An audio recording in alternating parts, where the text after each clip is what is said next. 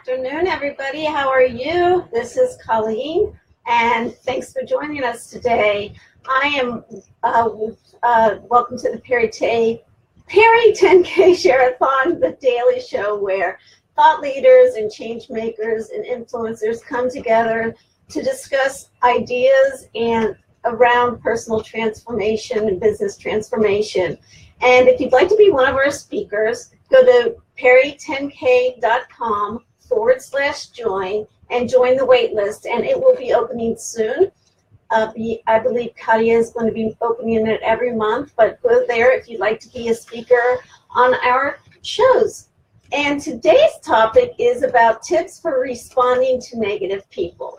And that is really something that we probably come into a lot. But if you would also share this broadcast, that would be great, and welcome any replayers who are watching this.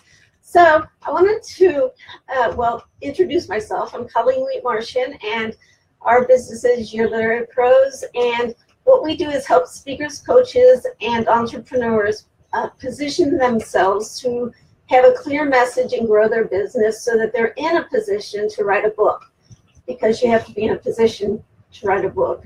Not everybody can just go out and do that. Anyway, so I'm going to start with a quote today about negativity. Negativity may knock at your door, but that doesn't mean you have to let it in. And by Build Your Confidence wrote that quote. And I thought that was interesting because negativity is all around us, which is, it's sad that it is, but it's a fact. And we don't have to let it in. But here's some things I'm going to talk about today. So did you know, our coach taught us this and keeps reminding us of this, but we are the sum of the 5 people that we connect with and hang around. So it's the 5 people that we choose to hang around in our personal life, our business life, and our spiritual life. So we want to try to make sure that we connect with people who are as positive as possible. But we're going to run into those negative people. And when we do, some tips for doing that is set boundaries. If we're strong enough and positive enough, we can set boundaries, and we don't have to feed into that. And that means that if we know we're going to be around a positive family member or someone who's a negative coworker or client or something, we can set those boundaries and say, set the time, set a time limit. I have 15 minutes or I have a half hour to talk to you. But then we can set that boundary so that they know, or you know in your mind, okay, I've got this much time, I don't have to hang on for too long, and then I can move on. And then also, if you, you can't control other people's negative actions, but you can control how you react to them. And I have a funny little story about Saturday. I posted on my Facebook page. We have a pretty big yard, and it was it was warm Saturday. Our temperatures here go up and down. So it was 50 Saturday, and then yesterday it was 10. So anyway, we had a group of 5 deer walking through our yard, and I thought, oh, look at that. That is so cool. So I took a little video of it, and I posted it on Facebook. And I said something about see the beauty in everything. If we can try to be positive and see the beauty in everything, it makes things so much more positive. And I got, someone posted on my Facebook page, oh, eaters of the garden they are. And I'm like, oh, for goodness sake, you really have to say that? And first of all, there's not even anything in the garden right now, so why can't you just be positive? But I didn't let it bother me. And if we can just let that kind of stuff go and not take it personal, and that's one of my points too, if we don't take the negative comments personally, that helps us grow. And believe me, I take things personally, and I work on not taking the negative talk personally.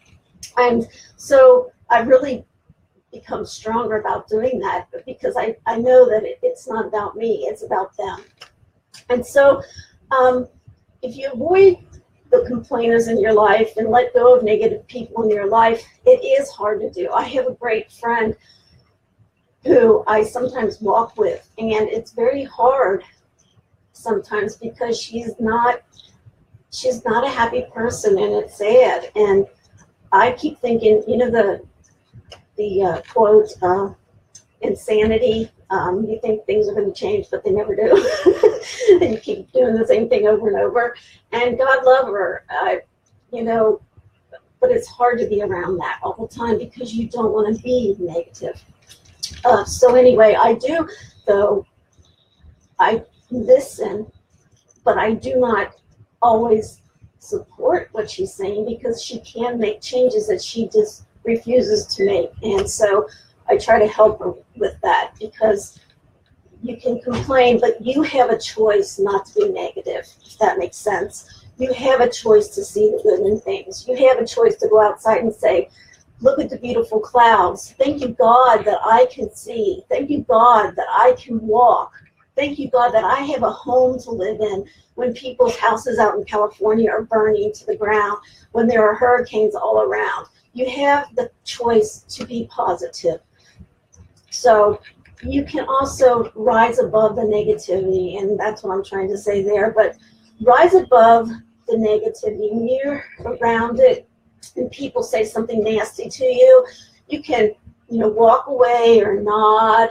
You know, take time, take a day, and just, if you have to not confront that person, but if you have to talk to that person about something, go on, and if it's a tense situation, just nod, walk away, and deal with it the next day when the emotions are gone, because you can rise above that and be a better person than they are. And then we as people who are positive, we know, I'm working on I'm not always positive, but we can be aware of our emotions and change them around so that we can see when someone's going to be negative or blow up or get angry, then we know that we're aware of our emotions, and we can then be aware that they're going to be upset, something's going to happen, and we can, you know, take some deep breaths, know that it's coming, but just relax and say, okay, they're going to be upset. That's their problem. I don't have to get into it. I can just, you know, leave the situation if it's not concerning me. If I can get out of here, I don't have to stay here, but you don't have to get into that situation. And my friend wrote a book, Be Happy No Matter What. And she talks about how you can get through situations and the negative impacting you. I'm going to read the back of her book. It says, learn to change your negative thoughts into positive life plan using these 5 steps to inner freedom. And it's called Be Happy No Matter What. And you can change your thoughts, and people who are negative can change how they feel about things. And so that's what I'm talking about today. And it's about how, you know, summing up the 5 people that you hang around with in your life, those personal, business, and spiritual, and setting boundaries about how we don't have to feed into it or know that we can leave the situation, and avoid the complainers and let go of those negative people in your life. And that is so hard to do because I have it in my family. And believe me, it is so hard to do. And you can't imagine not being around a family member. I can't imagine not being around a family member. And then rise above it and be aware of our emotions and our positivity so that we can be aware when that's going to be happening, and then we can take care of ourselves. So that's how I deal with negative people and trying to get into positive moods. And I hope that helped you today. And next, I'm sorry, I forgot to tell you, next is Jimena Balin-Talata. She's next, and then after her is Hannah. And if you could be sure and follow them on the Peri10K Shareathon, that would be great. Thanks for listening, and have a great day. Bye.